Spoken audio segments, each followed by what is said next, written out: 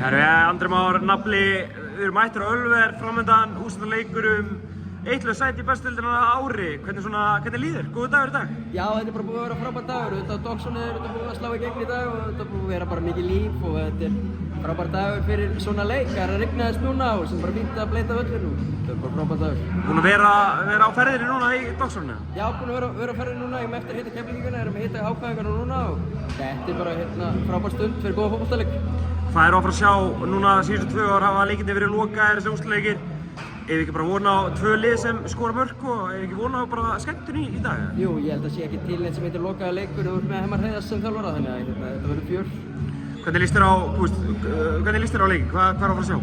Ég held að þetta fer alla leið í vítaspyrnukeppni og þar mun reynsla Hákavíka tekja inn í bikarnum þar sem þeir fóru með Vestra alla leið í vítaspyrnukeppni og því miður töpuðu því en í dag þá mun Háká hafa sigur og bítum úr vítaspyrnukeppni.